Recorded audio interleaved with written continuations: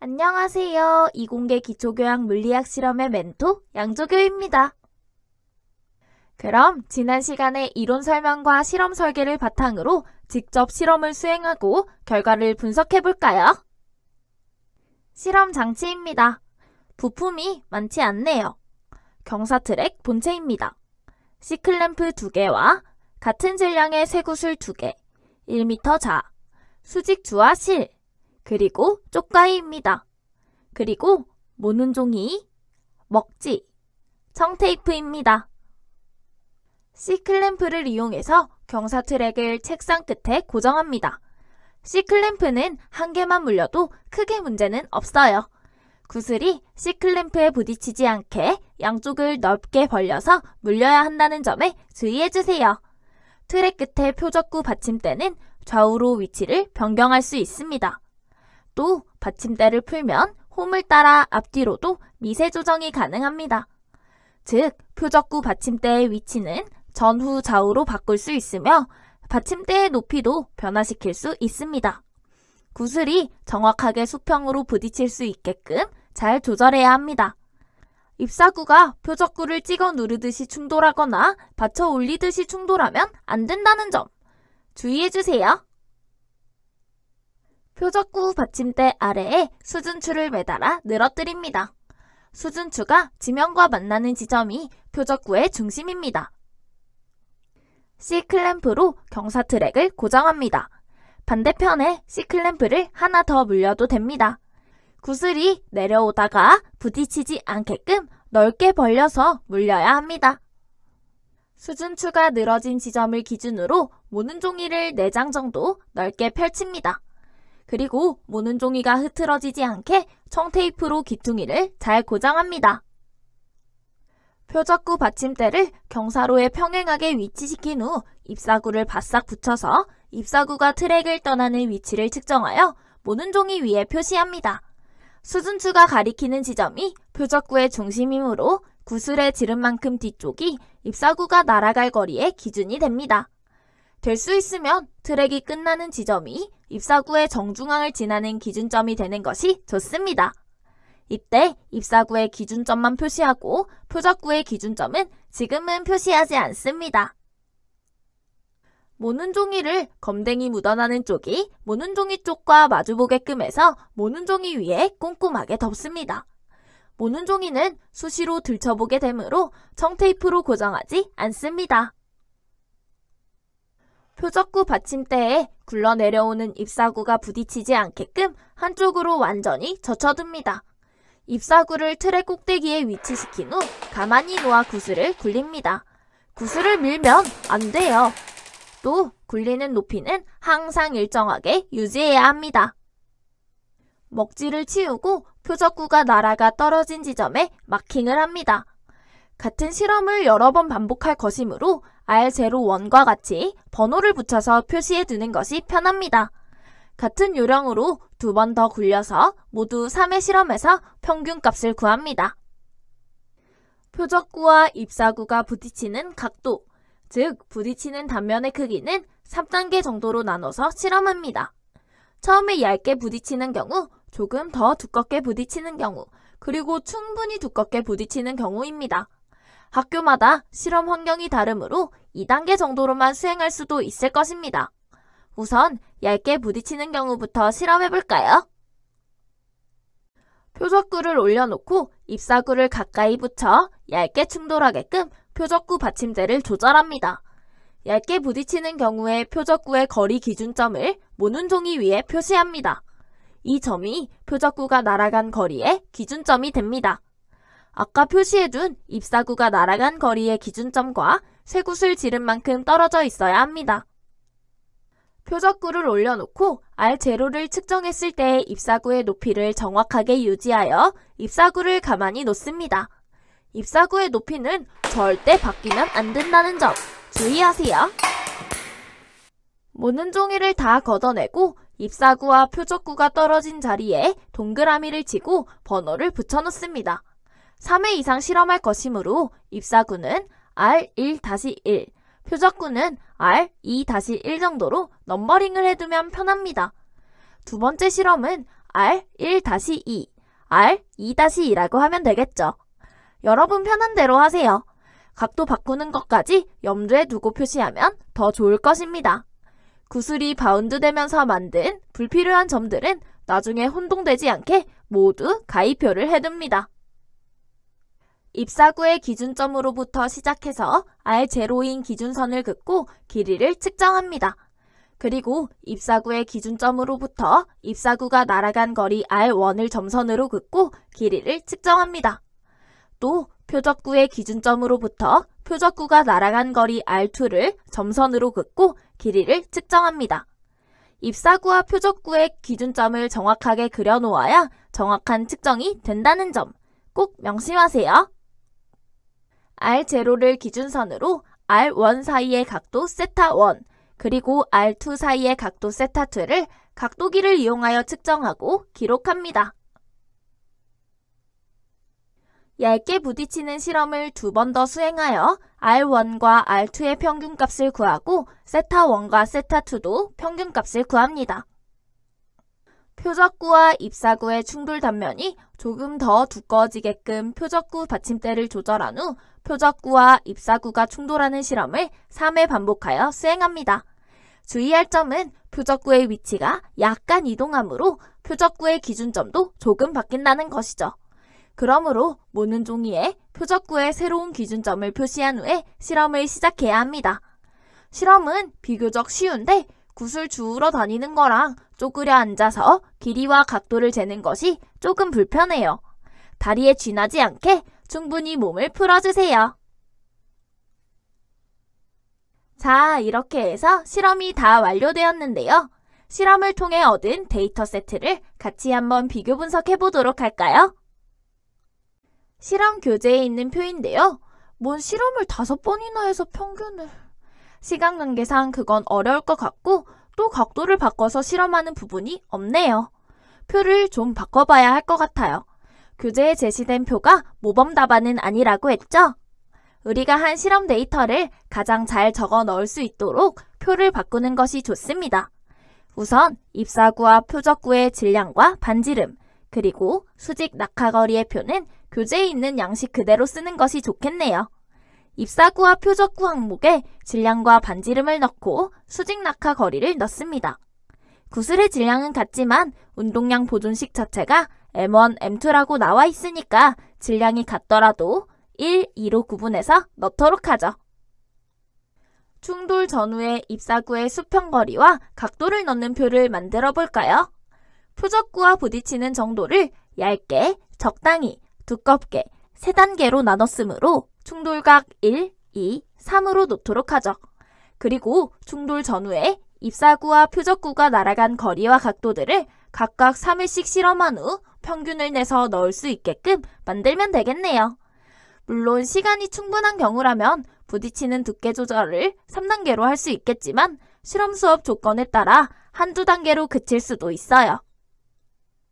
이 표를 다 채웠다면 이제 실험값들을 계산해서 넣는 표가 있어야겠죠? 충돌 전의 입사구와 충돌 후의 입사구, 표적구의 속력을 계산해 넣을 표를 만듭니다.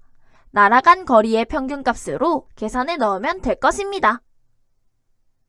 그리고 충돌 전후의 선 운동량을 계산해 넣을 표를 만들어 보도록 하죠. 구슬의 질량과 속력을 구했으므로 쉽게 계산할 수 있을 거예요. 입사구는 Y축 방향에 초기 운동량이 없고 표적구는 초기 운동량이 0이라는 점에 주목해야겠네요. 좋아요. 이제 실험을 다 마치고 측정 데이터와 계산 데이터로 채워진 표를 가지고 있겠죠? 이 자료를 바탕으로 결과 분석을 해보도록 하죠. 우선 1. 실험 결과 항목을 만들고 우선 입사구와 표적구의 질량과 반지름, 수직 낙하 거리를 제시해볼까요? 표가 3개 나열될 것이므로 번호를 붙여두는 것이 좋아요. 이 정보는 실험 조건에 따라 달라질 수 있습니다. 예시로 넣어둔 거예요. 그리고 실험 값들로 채워진 표를 제시합니다. 물론 여러분은 빈칸이 다 채워져 있겠지만 여기에서는 샘플이니까 한 개씩만 넣고 평균값으로 삼았습니다. 여러분은 3번 실험한 값을 다 넣고 평균값을 계산해서 넣어야 해요. 충돌 후 입사구의 각도가 마이너스라는 점에 주목해야 하겠는데요. 이건 R0 기준선에 대해서 공이 어느 쪽으로 튀었는가에 따라 달라질 수 있습니다. 우리 실험에서 R0와 R1, R2를 이렇게 그려보면 R1이 아래쪽으로 운동했잖아요. 그러므로 각도를 마이너스로 놓은 것입니다. 표적구를 입사구 진행 방향의 왼쪽에 놓느냐, 오른쪽에 놓느냐에 따라 부호는 달라질 수 있어요. 여러분이 실험을 한다면 세타1이나 세타2 하나는 마이너스로 측정해야 합니다. 그리고 각 측방향의 선 운동량을 계산해서 넣습니다. 질량은 주어졌으므로 수평 이동거리 R과 낙하거리 H를 이용해서 속력을 구한 후 질량과 곱해서 운동량의 크기를 결정하면 되겠네요. 물론 계산은 좀 번잡합니다. 선 운동량을 계산해서 넣었는데요. 충돌 후 입사구의 Y축 운동량이 마이너스가 된 것에 유의하기 바랍니다. 앞에서 설명한 것처럼 세타1이 음의 각도이기 때문에 마이너스가 된 거예요. 뒤에 다시 설명하겠지만 일단 표를 보면 충돌각 1에서 입사구와 표적구의 X성분을 합산한 것이 충돌 전의 운동량 0.92kg/s와 같아야 하는데 충돌 후가 0.947kg/s로 약간 크네요. 또 입사구와 표적구의 Y성분을 합산한 것은 0이 되어야 하는데 마이너스 0.0462kg/s로 완전히 0은 되지 않았습니다. 표의 의미를 잘 이해해야 해요. 이번 실험은 계산량이 좀 많으니까 따로 실험값 계산 항목을 넣어서 계산 과정에 대해 꼼꼼하게 설명해야 하겠네요.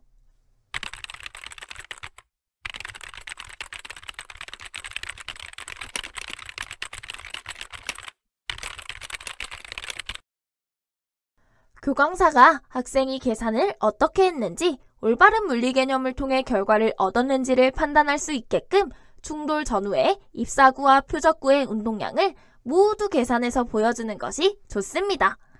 충돌 전 입사구의 속력을 1.51m/s라고 써놨는데 왜 입사구 운동량 계산할 때는 1.5113m/s를 대입했냐고요? 계산값의 중간값을 보여줄 때는 일단 유효 숫자 3자리로 정리해서 보여준 것이죠. 하지만 이 값을 또 다른 계산에 바로 사용하면 안 되고 다른 계산식에 넣을 때는 유효 숫자 정리되지 않은 값을 넣어서 그 계산식의 결과로 다시 유효 숫자를 맞춰야 하는 것이죠. 소수점 뒤로 숫자들이 너무 많으면 문제에서 요구하는 유효 숫자 개수보다 한 2자리 정도만 더 넣어서 계산하면 됩니다. 어차피 그 이하의 숫자들은 오차 범위에서 의미 없으니까요. 충돌 후 입사구의 운동량도 역시 같은 요령으로 소수점 뒤에 2자리씩 더 넣어서 계산한 후 결과값을 유효 숫자 3자리로 정리한 거예요. 여기서 주의해서 볼 것은 앞에서 얘기한 것처럼 우리 실험 동영상에서는 공교롭게 표적구가 입사구 왼쪽에 있었던 관계로 입사구가 오른쪽으로 비스듬히 날아갔기 때문에 무는 종이에 그린 궤적이 R0를 기준으로 아래쪽을 향하게 되었잖아요. 그러므로 X축 성분 계산에 코사인 마이너스 30도는 코사인이 우함수이므로 양의 값이 되었지만 Y축 성분 계산에 사인 마이너스 30도는 사인이 기함수이므로 음의 값이 된 것입니다. 일단 우리 계산이 말이 되는지나 잠깐 볼까요?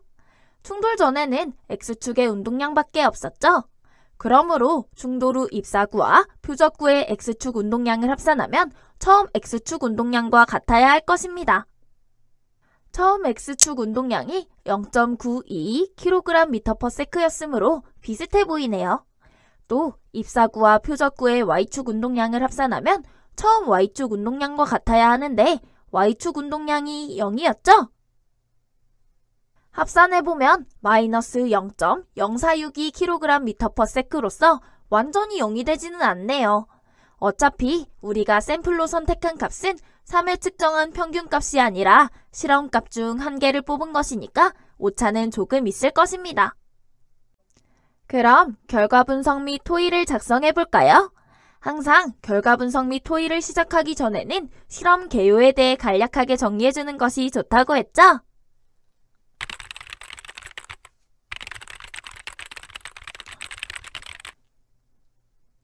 문장이 한 번에 읽기는 좀 길어졌네요. 이공계 특징이 이렇게 만연체로 쉼표 없이 글을 쓰는 것이 조금 흠이죠. 여러분은 짧게 끊어 써보는 훈련을 해보시기 바랍니다. 기본적인 실험 과정이 간략하게 실험 개요에 다 들어갔으니 따로 실험 과정을 더 넣을 필요는 없을 것 같네요. 그거 안 넣어도 분석할 분량이 많답니다. 일단 3가지의 분석이 반드시 들어가야 하는데요. 첫 번째는 구슬의 질량이 같으므로 다음과 같은 관계가 성립해야 합니다. 즉, 새 속도 벡터가 닫힌 삼각형을 만들어야 한다는 것이죠. 운동량이 보존된다면. 그러므로 우리가 측정한 값을 이용해서 이 조건이 만족되는지를 검토해야 합니다. 많은 학생들이 실수하는 부분이 충돌 후 입사구와 표적구의 속력을 합한 값을 충돌 전 입사구 속력과 비교한다는 것이죠. 속력은 스칼라양이죠. 우리가 분석할 식은 벡터 합산입니다. 그러므로 막 더하면 안 되고 우리가 힘의 평형에서 공부했던 그 방법을 사용해야 한다는 것이죠. 즉, 벡터 V1F와 벡터 V2F의 사이각이 85도 벌어져 있는 경우입니다. 그러므로 이와 같이 써야 한다는 것이죠. 이를 통해 두 벡터의 합벡터의 크기가 되는 평행사변형의 대각선의 길이가 과연 벡터 V1i의 크기와 같은지를 살펴봐야 하겠네요. 일단 제곱근을 계산해보면 약 1.55m/s가 계산되는데 실험치가 V1i는 1.51m/s니까 오차는 좀 있지만 대략 비슷하다는 것을 알 수 있네요. 이 내용을 분석에 넣어야 하겠습니다.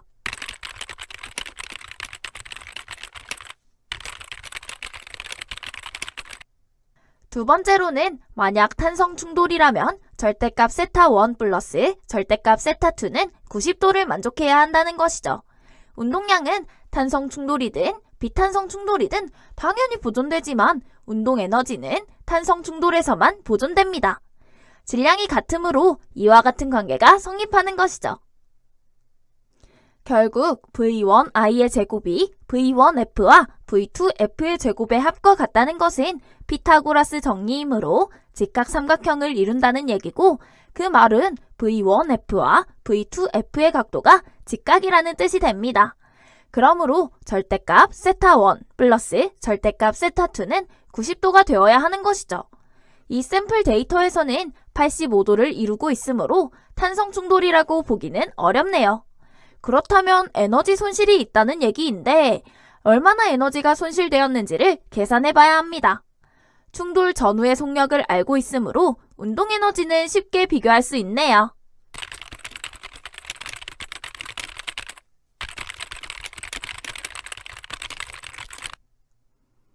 세 번째로는 충돌 전후의 운동량의 X, Y 성분을 비교 검토해서 운동량 보존 법칙을 확인해야 합니다. 운동 에너지는 보존되지 않을 수 있지만 운동량은 항상 보존되어야 하는 것이죠. 성분별 운동량에 대해서는 앞에서 검토한 내용이 있으니까 정리해서 넣으면 되겠네요.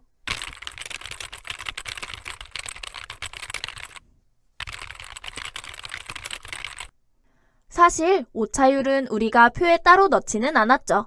충돌각 1, 2, 3에 대해서 모두 오차율을 넣는 것은 표가 너무 번잡해지는 관계로 빼버리기는 했는데요. 여러분은 표에 오차율 칸을 만들어 넣어봐도 좋을 것입니다. X축 운동량에 대한 오차율은 입사구의 운동량을 이론치로 삼아서 계산한 거예요. 그게 합리적이겠죠? 또 Y축은 초기 운동량이 0이므로 백분율 오차는 계산할 수 없네요. 분모에 0을 넣을 수는 없으니까. 이와 같이 결과 분석에는 측정치로 계산한 속도 벡터가 닫힌 삼각형을 이루는지, 충돌 과정이 탄성 충돌인지, 아니라면 에너지 손실이 얼마나 되는지, 그리고 축 방향의 운동량 보존이 성립하는지는 반드시 분석해서 넣어야겠습니다. 그럼 마지막으로 총정리하는 멘트를 넣어볼까요?